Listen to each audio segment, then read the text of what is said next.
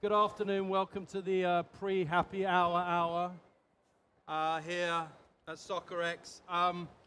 We'll get straight to it. We put together a great panel on a topic that's arguably one of the largest cultural shifts in football over the past 20 years, gaming and esports, and how rights holders are using it to increase the fan experience and to create new commercial opportunities. I'm Scott Debson. I oversee gaming and soccer at Engine Shop. Engine Shop's a leading engagement marketing agency working with leagues, teams, and brands on how they should approach the gaming space and executing their strategies. I'm lucky to work with this amazing cast of characters from across the industry who are all trailblazers within it and all have fantastic hair. Feel like I'm in a Vidal Sassoon ad, the old man out. Former US international Jimmy Conrad. Hello. Hi. Content Thank creator. Hey, let's get it. Thank you. Hey, thanks, Stu. Appreciate that. Content creator and esports player for the New York Red Bulls, Mike LaBelle. Thanks, guys. Hard to follow you, Jim. Ron Reingold from Twitch, that some of you may have heard about. Not Ron, but Twitch. And James Ruth from Soccer United Marketing, MLS, that heads up their MLS program. Big game, James. Kitty clap at the end. There you go. No. Great crew. So, James, let me direct the first question towards you. MLS has worked with EA in various innovative capacities over the past 10 years. They even launched their new logo in the kit back in 2014.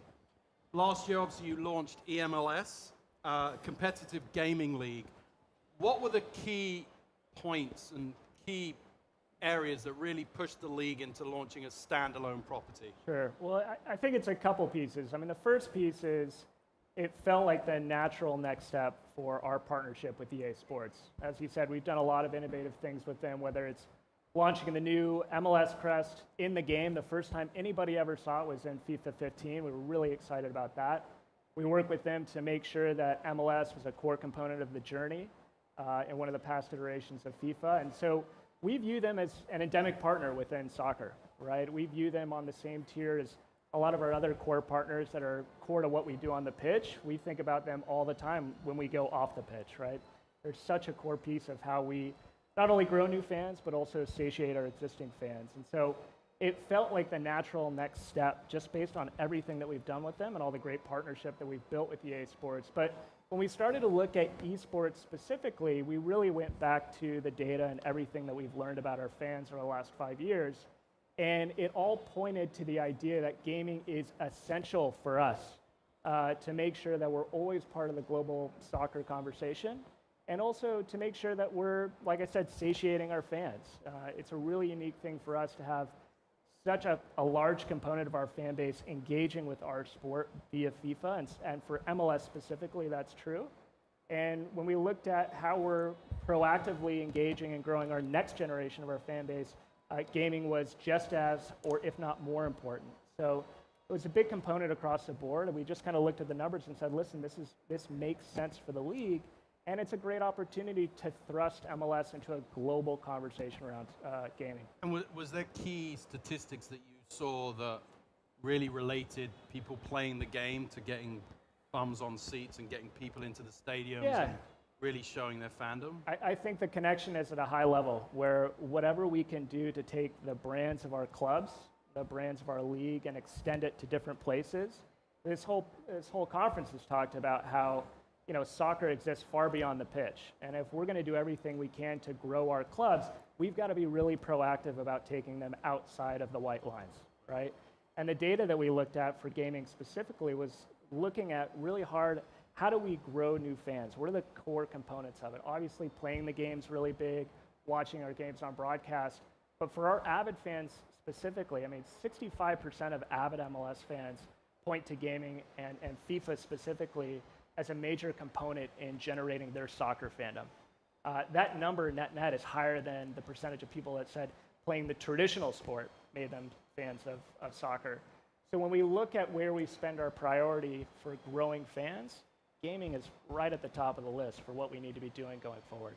And then from a league perspective, taking your knowledge base and the way that obviously you know how to monetize a league, how has that really helped in the esports space to build that infrastructure around it and obviously monetize it?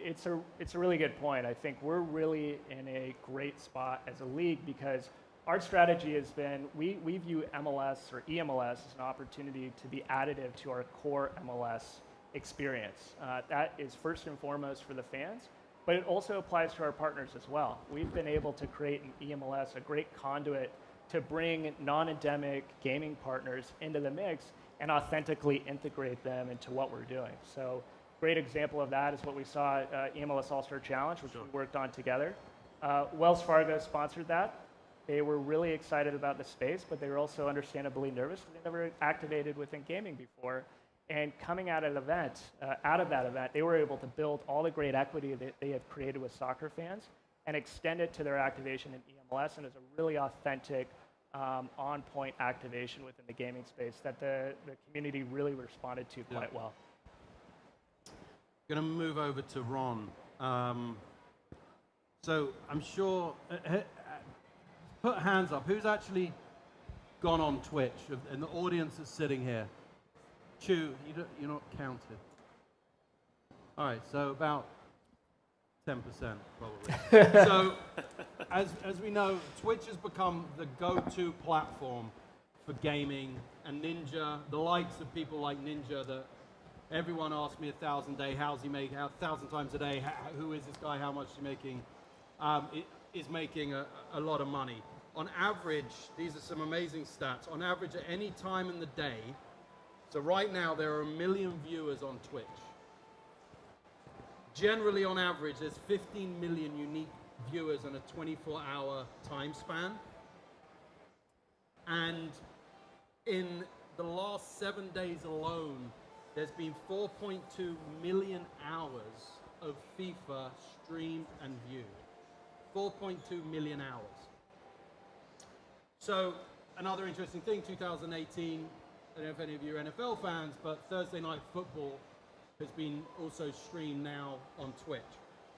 So Ron, I think the first question we'd like to clarify, just for the crowd, because I'm sure you get asked it a million times a day, can you explain the actual commercial model for whether it's a rights holder, whether it's a streamer like Mike or Jimmy, actually how are people making money on Twitch?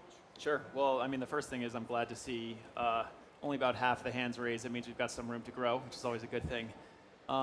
It's a good question. It's a question that you're right is asked fairly frequently. I think to take a step back, Twitch is about community, and one of the reasons we've had such healthy growth throughout the life cycle of the platform is because we've serviced and paid attention to the needs and the wants and the desires of the community and the people who are interacting and engaging. So I'll throw another stat in there.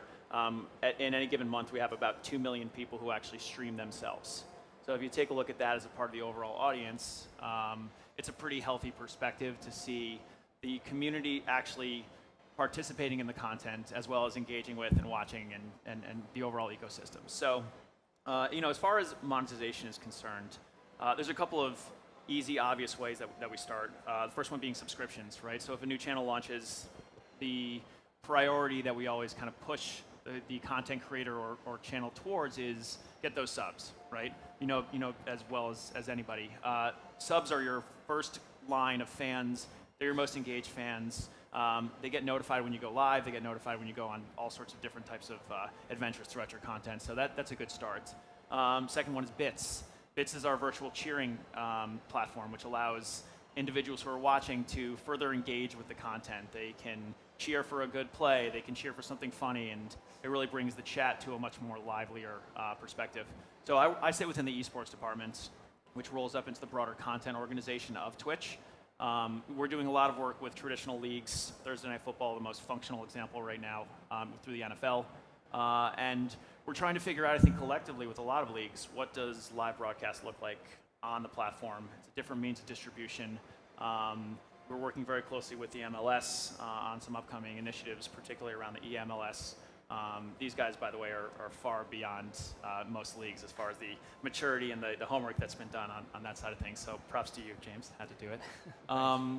But I think the first and foremost for the platform is paying attention to servicing your individual community, be it through esports, traditional types of content, influencers. You've got to make sure that you understand what your strategy is on the platform before you really dig into making money through the platform. And who do you look at from whether it's a brand or a league or even, content creators that are really doing it well? Yeah, it's a good question. Everybody is aware and familiar with some of the bigger content creators we work with, Ninja, Lyric, Shroud, Dr. Disrespect, those types of guys. I think first and foremost, you have to take a look at the frequency with which individuals stream, right? The number one thing is you have to be ubiquitous on the platform, right?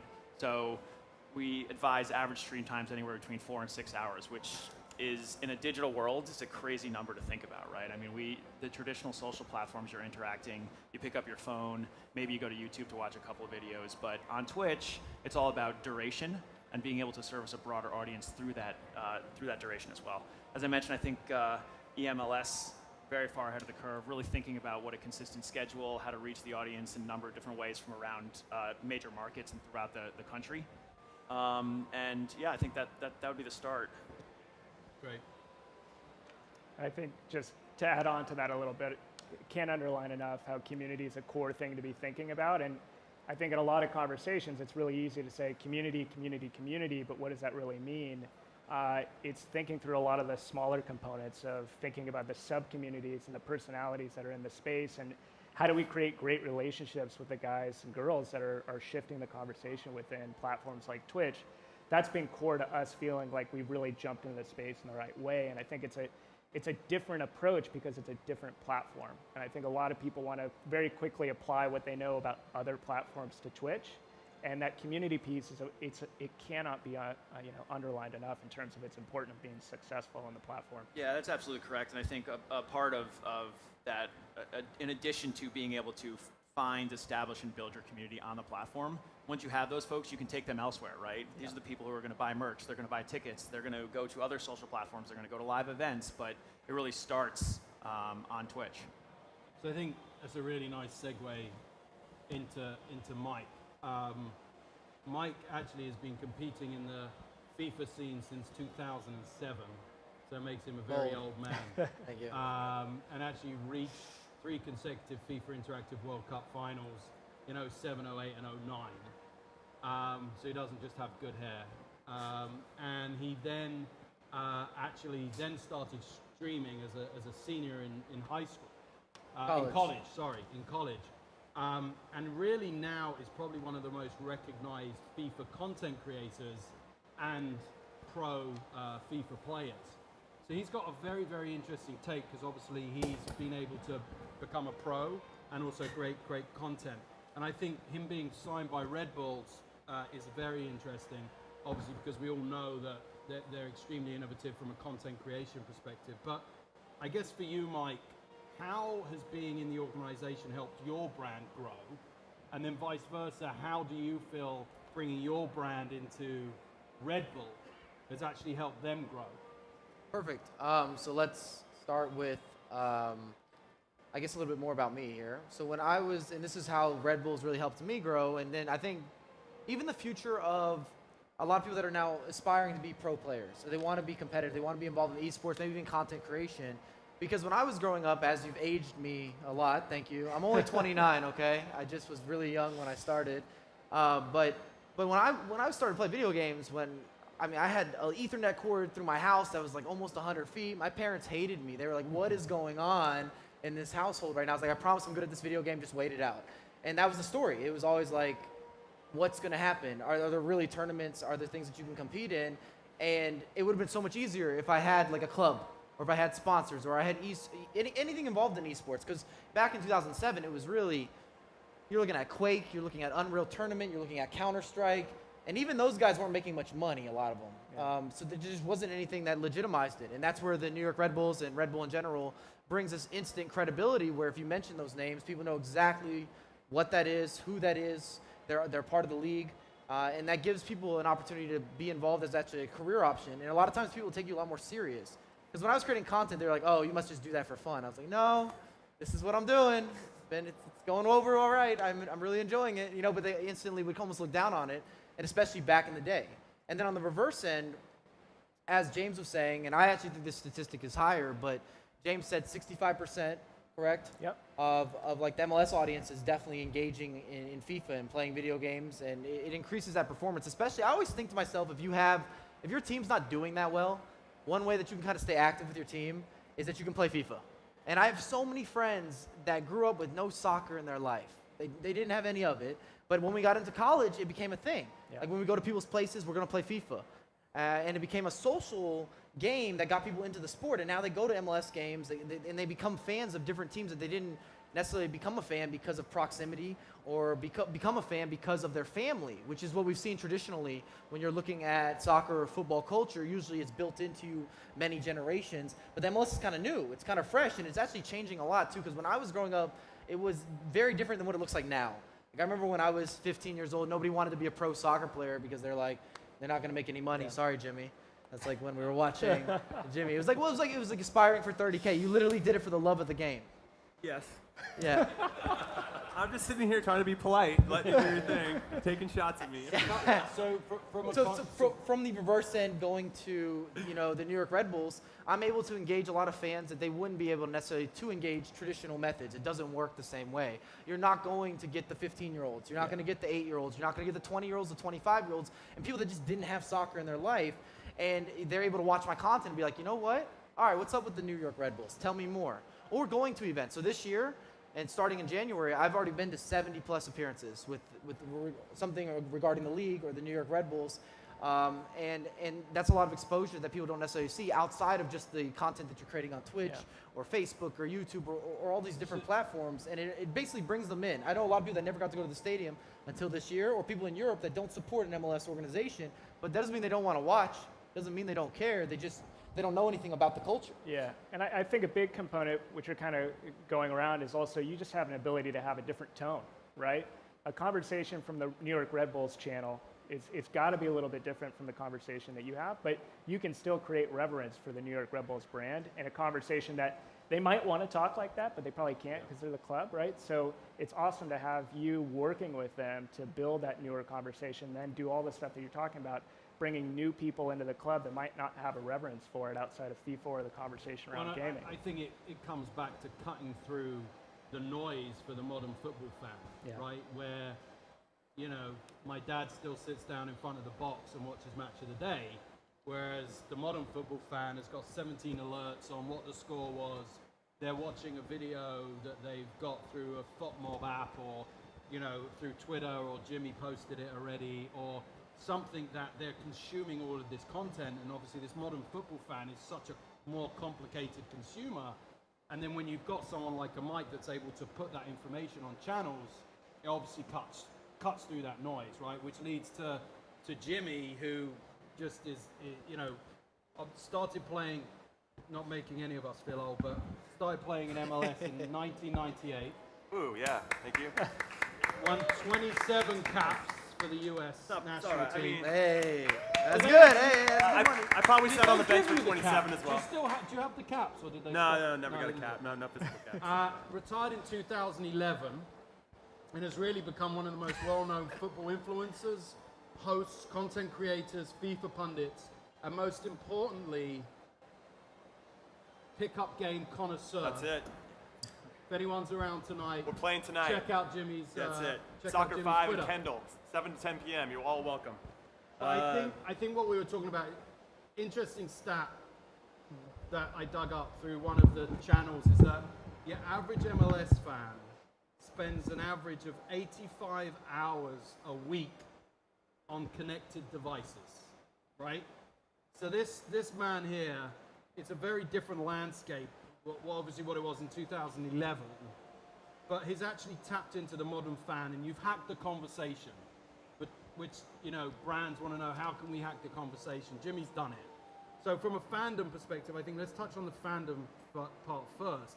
But how have you seen these kind of blurred lines from the traditional football fandom that you saw when you were playing to today with FIFA as a huge part of Sure. that, right? That's a good question. First, I would say from a fan perspective, and I think you hit on it, that there's a thirst to know exactly what's going on at all times. And you have that opportunity through your phone or through social media to get that information. And I think that speaks to where soccer is consumed and how it's consumed. Because if we look back at just traditional American sports, we could argue that baseball grew up in the 50s, where you did go with your dad or you went with a parent, and they kind of taught you the rules of the game, and it was very intimate between, a relative. And then you get into basketball, you get into hockey, you get into football. Those are TV sports. We have timeouts. They can build in commercials. Like everything's built around the TV. And how do we produce that content with that? And then with soccer, because it's so free-flowing, it actually works out perfect for social media. And so I think that lends itself to, now that I'm a fan, I support a team, I want to know what's going on with them at all times. So I think that's changed dramatically. Then there is, for me, a thirst to be a part of something bigger than yourself. And I think that's one of the reasons I do the pickup games in a real life interaction, let's say, but then through social media, you stay connected. You could be a kid in Indiana who supports the Red Bulls, but you can be connected with thousands of other people that are watching the Red Bull game at the same time and still feel like you're a part of it. Also now when you go to the stadium, there's an experience of camaraderie that you don't really get when you go to the other sports. I went to an NBA game with the Milwaukee Bucks, and they try to create the supporters section, and it just doesn't work. They're trying to do like these cheers, but the ball turns over, and they're like, defense, and they're like, no, shoot! It's just all over the place. They got no idea. Their spirit was right, but they just haven't figured it out yet, because it's very unique to the soccer experience. Right. So being a part of something bigger than yourself, and also the way we communicate. So I have a few younger siblings, and they use video games to connect with their friends. You mentioned it, back when we were in school, there was less of that online capability. So you'd actually go physically over there and play and eat and have a good time and make a night of it. Now you can just do that by putting it on the headset and get after it, and you feel connected. And I think that's a big jump as well. And I think FIFA allows you to be a part of this community that's bigger than yourself. Or if there's a conversation about, oh my God, there's this kickoff glitch or whatever's wrong with the game, you got like 17,000 other people that are just as upset about it. And it's nice to be part of that and be angry as a group. Or to be excited about what's happening, what's going on with the game too. So it's in Twitch is another platform that allows you to do that in real time. Whereas YouTube, when we make content for that, it's produced. So we put it up on YouTube, it's been thought out, and then we can interact later in the comments, but it doesn't feel as immediate. And I think that's where Twitch is why it's emerged as the go-to platform. Just to jump in. Go ahead. So that's Okay, you Ron. bring up a really good. Yeah, I'm going to reply to that because you bring up a really good point, which is the traditional social platforms out there are you have a huge reach, and YouTube views will get 20 million, 40 million, whatever it is. But it's actually a very isolating experience, right? You're fed your own individual stream on Instagram, your own individual stream who you follow on Twitter. When you go on Twitch, it's all a shared common live experience, right? And that's where we really get the excitement of the community, is because you're cheering, you're watching, you're engaging at the same time. In the same way you might be in a venue like this cheering with 50,000 other people. Right. 50,000 people in a chat watching the same thing. There's a level of excitement there that other platforms do not necessarily create. No, I agree with that. Yeah, it's really the perfect combination of the on-site experience where you have your buddies around you, but the same kind of level of quality in terms of viewership and all that sort of stuff. You get the best of both worlds on the platform, which makes it really, really interesting. I think, Jimmy, from your perspective, you're working with a number of brands, right? So how are you kind of trying to bring the loop back from a commercial perspective? Like, how are you working with brands from a commercial perspective, and what are you seeing working with those brands? How do you do that in an authentic way that's not just like, So I obviously with the beauty of social media, you can try a lot of things. Some stuff sticks against the wall and some of it doesn't. And from there, you can see what resonates with people. So we'll use the pickup game stuff as an example. I went on a big tour. I funded it myself. I wanted to see what it was like to do it over consecutive days. I was doing one-offs kind of all over the world. So I did 6 pickup games in 6 cities in 6 days, and it was exhausting. I probably will never do that again. I'll probably spread them out a little bit just for marketing purposes to give some more buzz in between each market. But that got on the radar of some brands, including AT&T. I'm an ambassador for AT&T, and they wanted to do some stuff ahead of Decision Day. And so I went to Dallas, I went to Boston, and I did New York, and did these really successful pickup games. And they didn't say anything other than, we want you to be yourself. We just want to help support you in what you're doing, because it speaks to their hashtag is soccer everywhere, and I thought that was a perfect hashtag because and it's natural. That's what they want. That's what I'm doing already. And so it's a nice partnership to do that without feeling forced. Right. And so there are other, let's say, vehicles that I have that other brands are interested in. But what I think is where I bring some value is that I have a voice across platform, and I try to do it in as a genuine way as possible. I'm very passionate about what I do. I might not take myself very serious, but I take what I do very seriously, and it's been a really good relationships with all the brands that I have. And I think a testament to that is that they keep asking me to do more for them. And then, from a brand perspective, are those brands putting you on their channels, or do you find that they're now just leveraging your reach because again, it's more authentic? And I've signed non-disclosures on this. No, I'm just kidding. I think it's a mix. It depends. You know, obviously, if I was going to partner with Twitch in any capacity, I would really want them to push me on their main page and on their channels. With AT&T, even though they have a big reach in a certain area, I'm probably not going to cross over. Anytime they do put me on their stuff, I get all these hits, whether Facebook or Twitter, about how like the charges are crazy, and they come at me about their bills. You know, like I have nothing to do with your bills, man. Just switch service providers. I don't know. Do whatever you want. So it's almost better and more advantageous to have their support through. Sometimes they promote some of my stuff, so that'll get me some exposure because they have all the analytics that I don't have. That'll really be specific ad marketing to the people that probably would be interested in what I'm doing. So that's helpful. And to build off of what Jimmy's saying, I think 2 points with this is number one being to work with brands that make sense for you. Whether y'all have something that y'all naturally align on, so it is a really easy partnership where you're not going out of your way. And then number two is being, if you're in the creator space at any degree or an influencer space, you have to be able to say no.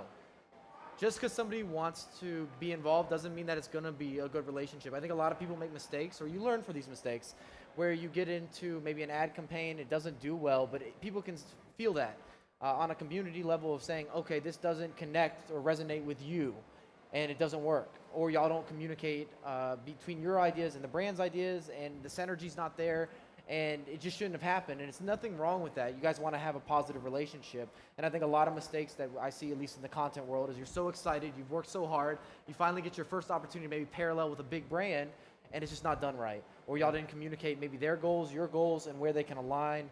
And people have different initiatives, as all of us here are well aware. And it's so important to be on the same page. Yeah. So with that, sorry, I think it's interesting. Obviously, you're one of the first 40 people in the Facebook gaming push to compete with our friends on stage. So I don't know how much. Don't hate you me know, but Facebook, He offered me a drink before, but not now. It's done. Facebook at the beginning of last year launched a major initiative into the gaming space. They launched a platform called Facebook Gaming, and they initially went after 40 influencers, 40 content creators, to create a certain amount of content for Facebook on a channel through Facebook Gaming. What have you seen? I think what's interesting is this is now, we're talking about all these different channels, and what Jimmy does on his Twitter is different to what he does on his Facebook, and is different to what he does on his Instagram, right? So what have you seen from a Facebook gaming perspective that differs from Twitch? And how are you creating content for that when you're across all of these platforms, but you're still getting people to tune in? Okay. Well, I'll say on each platform as a creator, it's good to differentiate what you're producing. I know it's going to take a lot of time, but just in general, like what you put on Twitter is not going to necessarily align with what goes on Instagram, and same can be said with YouTube, Twitch, Facebook. Facebook specifically is really exciting. Actually, Chew's also part of the first 40 in the audience. There you go, Chew. That's Chew. But I think it's really exciting to be able to work with a brand that you're already using. I already had a Facebook page. I've already been updating it for multiple years. And for somebody to be invested in you, because a lot of times you just don't get that opportunity. When these platforms start, you're maybe not in a position to be able to have that communication where you have like people that you can actually email, you can actually talk to, you make a phone call, a text, a group chat, whatever it is, in order to get direct feedback to why something's working or not working. And Facebook's a different audience than a lot of the people that I would reach on my normal Twitter or my normal Twitch or my normal YouTube channel. I feel like it's a lot more casual.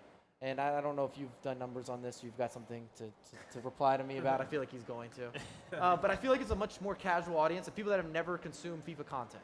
Or people that just don't consume maybe gaming content. They weren't ready to maybe commit to something as hardcore as a Twitch or something like YouTube. A lot of people go to YouTube and their first entry level, I guess, like experience with YouTube would be a tutorial. And I'll be the first to tell you that's how I got started on YouTube.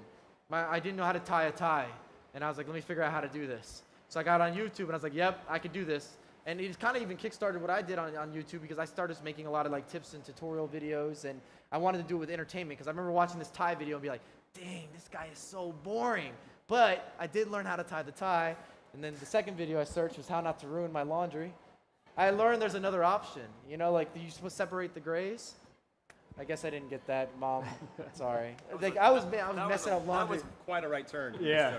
Sorry, it was ties, it was laundry. Like this is how I got to YouTube, okay? tell us more and about I your was into laundry. gaming. More about Facebook. the Okay, yeah, different- sorry. Facebook. So on Facebook, I feel like I was able to connect to a different group than the people that were already in the gaming world. And that's kind of what we're all trying to do. You want to hit as many people as possible for the content that you think people want to watch. And it allows you to test, I guess, different types of content too, where you can be a little more broad, a little more generalized. And I kind of like that you get a little more information about the people sometimes. And I'm sure there's people that make the reverse argument too, saying, I want to be anonymous, I want to use their name. But on Facebook, you see their name. So like you do have that vibe of kind of like, okay, what's happening here? And I do think there's an older audience there as well. Whereas Twitch, you're going to get some of the younger crew. So that's where they differentiate a little bit between the two of them. So Ron, from obviously two of the key pillars of what's really made Twitch successful is obviously the community and that constant that interaction where you can be chatting, you can be tipping, you throwing people bits to actually change that game, the actual stream itself. From again, trying to bring it back to the monetization side, I know Twitch is really looking at more extensions, what you guys call extensions of actually how more extensions to actually help content creators and rights owners generate additional revenue or make that community even more active. What are some of those extensions that are interesting, do you think, from a rights owner's perspective? Sure, of course. First to touch on your point, though, which is, again, the traditional platforms out there, typically the relationship is between someone who is publishing something and pushing it out there and someone who is watching on demand, let's say, right?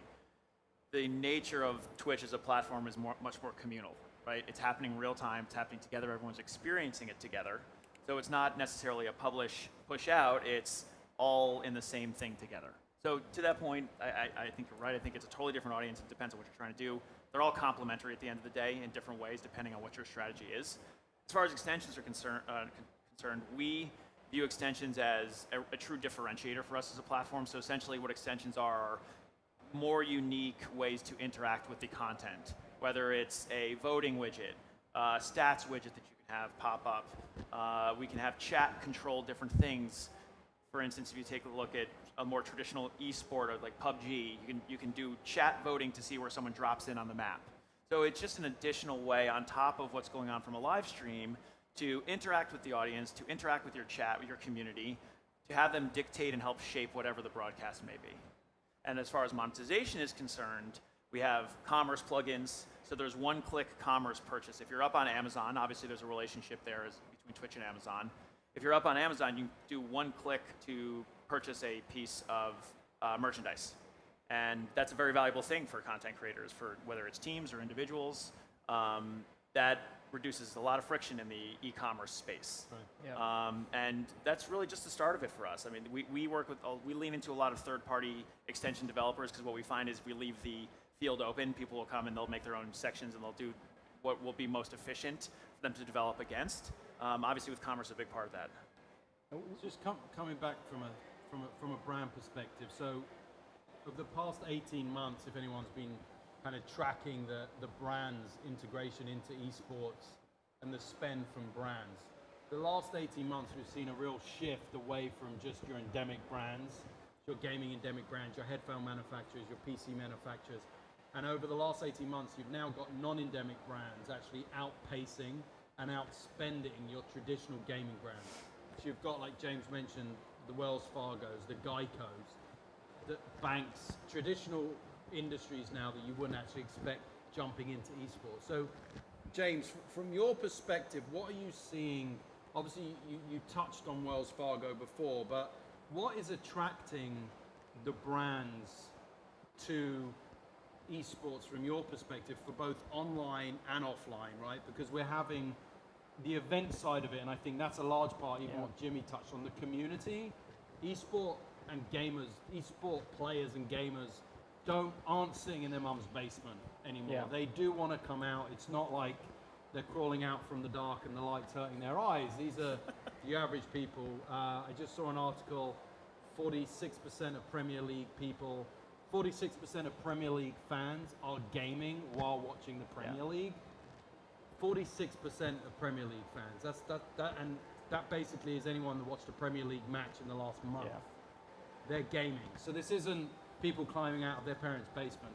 So what is it that you feel when you're talking to brands that really, really attracts them to esports over a traditional property? Yeah. So I think a lot of our brands, they don't necessarily start thinking about esports. They think about how can they be more proactively involved in the soccer community, right? And the more research that they do, they understand that gaming is a core component of being in the soccer community. If you want to be an authentic brand for the soccer audience, specifically the younger soccer audience, which we have a lot of our partners coming to MLS because they say, we want to access a younger, more engaged fan, they've got to be present within gaming in some sort of way. So it's a great opportunity for them to round out their entire strategy. No partner's going to come in and just do one position or one activation and say, hey, we're done in soccer. And we've seen some of our great partners kind of try and look at the whole cycle of how fans engage with the sport. And a big component of it is gaming. So they ask us, how do we get involved in the space? And that's when we're able to create and put on events like EMLS All-Star Challenge presented by Wells Fargo, or we work with the endemics like PlayStation, who really like the crossover between the gaming world and the traditional soccer world. And I think a big component for us is also the opportunity to leverage platforms like Twitch. I think a lot of the stuff that Ron talked about, we see that as a real kind of look into the future in terms of what content consumption looks like. And a lot of these kind of different extensions really drive that further engagement that brands really yearn for. They really want that. And we've seen it in results. Our average watch time for our All-Star event was 17 minutes. For digital content, that's really, really strong. And so the partners are saying, listen, what are the channels that you can get me on where my fan base, my consumer base is going to be tuned in for a long time, and I can be authentically integrated into what we're doing. So it's really all coming from a conversation of how do we round out the North American soccer fan experience. And we've seen a lot of success with our partners. I would add, too, that FIFA in particular is a great gateway to the sport. Yeah. So if you're not familiar with soccer and or you're a casual fan, it's really easy to insert the disc and potentially learn the rules of how the game's played. All the multiple competitions, I think the casual American, stereotypical American fan, there's a cup, there's a league, there's CONCACAF champ, there's like a lot going on, and that helps break it down for you and help you consume it in that way. And so that's even outside of just the community aspect of it. It's just learning the game. And then when you start to play with the players, it's familiarity that you get with the players is really strong. So anytime I go to a tournament or if I see kids or geez, all ages, they're like, oh, we talk about certain players, like, oh, well, his rating on FIFA was this, his speed, I don't know. I mean, he seems faster to me. Like, and they have this whole dialogue with their ratings, and it's incredible.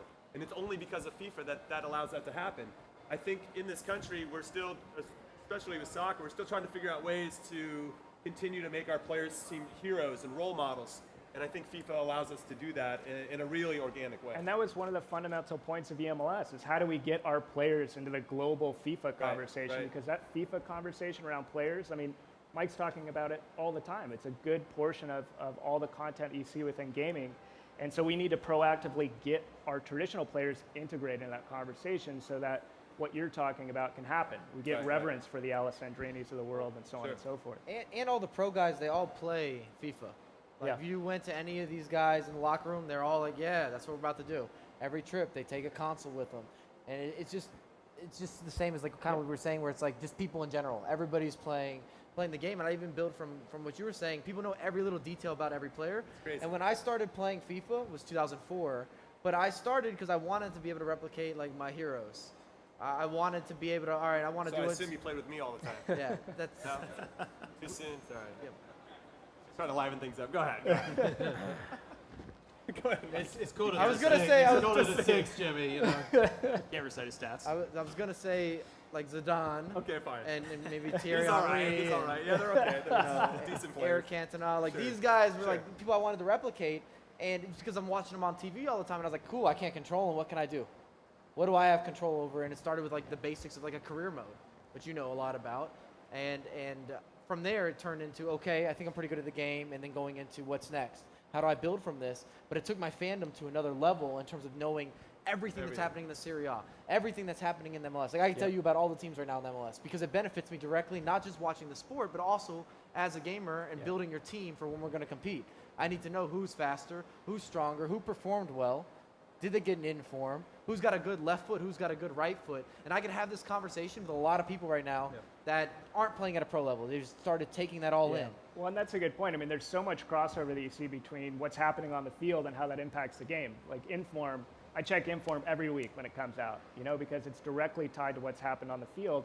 And it also makes me think about the cross section. So when Bradley Wright Phillips has First a great week, game, he's in Inform. Yeah. Great, I'm looking for it. And it creates this really great back and forth between the traditional pitch and the digital pitch that's really exciting to see.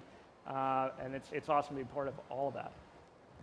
So this was a very, very broad kind of in the overview of what this was meant to be, influencing the eFan. I don't know if anyone read the whole diatribe, but it was broad and we tried to cover as much as possible. We've got 3 minutes, 45 seconds left. I want to make sure we can at least get 1 or 2 questions in if there are. Yes, there's a very rapid hand. Man in the black shirt, I think. I can't see. Oh no, it's a lady. Sorry. Lovely woman in the stripes. This gentleman's head was blocked. Way to go, Scott. Sorry. Hi, I'm Jen Johns. I'm actually with the Atlanta Super Bowl host committee, and we've been having a lot of conversations with Twitch lately about some content. But my question is for the panel, specifically James, I think that obviously it seems as if EMLS is only about FIFA. And my question is, are any of the players actually playing single shooter games, et cetera, and representing their teams in that way? So we, and I think Mike can jump in on this and provide a lot of good perspective, but from our angle, there's so much depth within FIFA, we can keep ourselves busy focusing on that. And the core goal of EMLS at the end of the day is to point back to our traditional product, right? To point back to our clubs, to our league. So we want to be really focused and be the best at creating FIFA-oriented competitions and content because we ultimately think that's going to take us closer to our core goal of growing the fan base, right?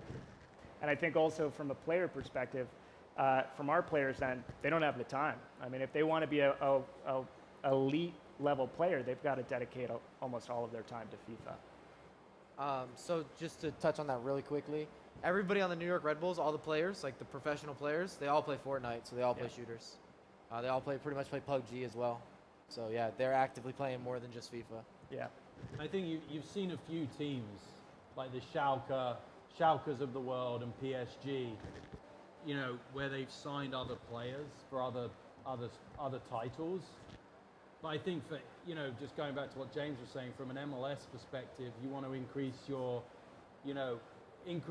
part in that conversation of this modern football fan that is inundated every 17 milliseconds with information. And like we were saying, the inform cards and the fact that Zach Steffen is on Team of the Week globally and fans in the UK are like, who's Zach Steffen? Oh, he's the goalie for Columbus. It's like, wow, okay, that puts you in the conversation just naturally. Yeah. So there's a lot there, but you know, it's definitely something to look at moving forward. Is there anyone else? Oh, here we go. Hi, I'm Mateo, a big fan of FIFA, love FIFA.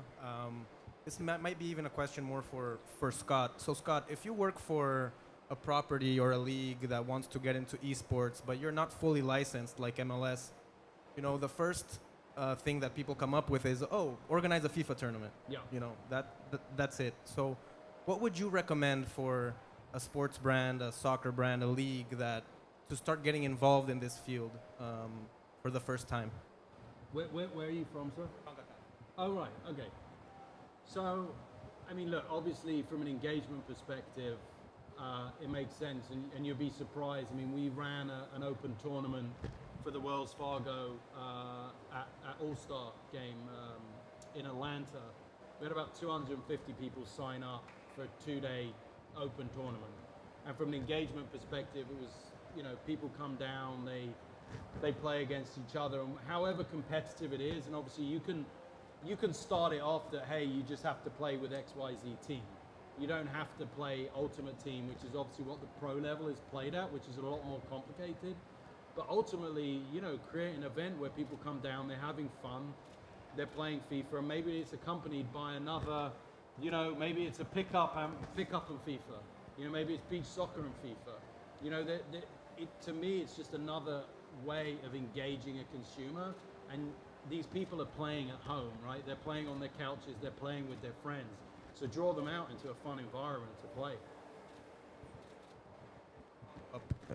Just to follow up, so the easy question is organize a tournament, right? Right. So if you, instead of organizing a tournament, what are other ways to kick off esports in a company like CONCACAF or USL or anywhere else? I mean, I think that's quite a broad one. I mean, there's a way of doing, even from an online perspective, right? You can run online tournaments very, very easily through, there's multiple platform organizers where you can figure out, okay, you know, and then maybe the top 25 people or the top 20 people, the top 10 people come down to an all expenses paid trip to a final or a match or something. I think you have to look at FIFA as we've kind of, you know, gone through it, of it is a key way of engaging consumers, and how can it be put into that narrative?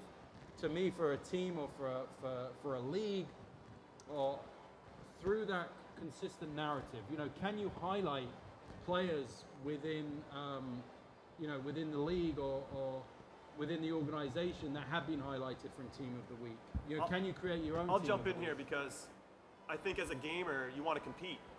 You have to have some type of competitive angle. So whether it's a tournament or a league or whatever you decide to set up, if I was CONCACAF, speaking hypothetically, I would try to figure out to have esports CONCACAF Champions League. How do you get all the clubs that are already involved that are doing an MLS and potentially in Mexico, if you can get them spearheading that type of stuff, and then you guys host this big thing that now ties into EA. So I do a lot of stuff with EA and all their global tournaments. You know, they work with different leagues from around the world to have these qualifiers that allow you, whoever wins that league or that tournament, in La Liga, let's say, they're going to get a placement into the big global tournament. So how do you have relevancy with regard to that? Because Mike and I are in that space a lot. And for you guys to then find relevancy is if you can have some kind of, benchmark of a tournament that is signature, that if you win this, you're going to book your ticket to go to EA's, all expenses paid, play with the best players in the world. You'll get a lot of people that are engaged. But it's really hard to get away from that competitive thing. And there is a casual competitive Sure, as well. of course. But That's on the casual side, like, don't underestimate the FIFA fan. I mean, we've been at events together where the prize wasn't good. No. And still 250, 300 people will show up. I've been to many pickup games with Jimmy. I think in Chicago we have 400 people. Yeah, 300 people. 300 plus people came. There's nothing there other than playing soccer. Yeah. There is no prize. There is no giveaway. There's nothing else you're going to get there. Sometimes Jimmy will throw something in there if he has tickets or he has something, but that's not advertised. So I think that a lot of people underestimate the value of like that experience of like, I want to be able to say I'm better than James. Yeah. I want to say I beat Ron and that he don't like his beard. And I want to do that in person, you know, because I can't grow a beard, but I can beat him in FIFA. And like I'm saying, like that's a really important, like people like skip past that, but like most of us grew up on gaming before even the online world. If you have a little bit of age to you, I remember the N64. I used to love split screen, yelling at people like, you better not look at my screen right now because we all are going to share the same room. But I mean, you guys know what I'm saying. No, But no, that's of what, course. and that touches on the casual fan. Don't underestimate. They're coming. Well, it speaks They don't want to the be a part pro, of- but they want that experience. be a maybe- part of something bigger than yourself. You want to be part of this event. You want to say that you were there. And I think that gaming is really moving into that space. I mean, you see it with Fortnite tournaments. It's like 30,000 people at the Home Depot Center watching other people play video games. It's mind-blowing. But it's, again, you're there. It's a social component. So if you can tap into that somehow, whether it's a tournament or something else, I still think that's something we're trying to solve or trying to expand as well. So it might be unanswerable in some ways. I think we're 4 minutes over time, but I think, is there any more? We had more any questions? more? No, we're good. Cool. Cool. Thank you very much to my esteemed guests. And enjoy the happy hour.